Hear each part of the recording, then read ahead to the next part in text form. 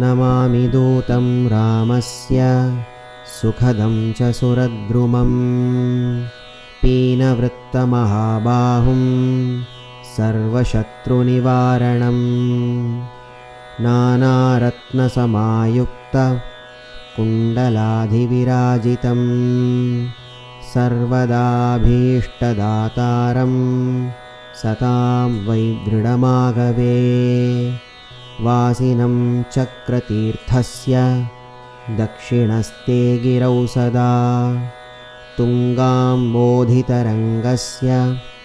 वातेन परिशोभिते नानादेशगतैः सद्भिः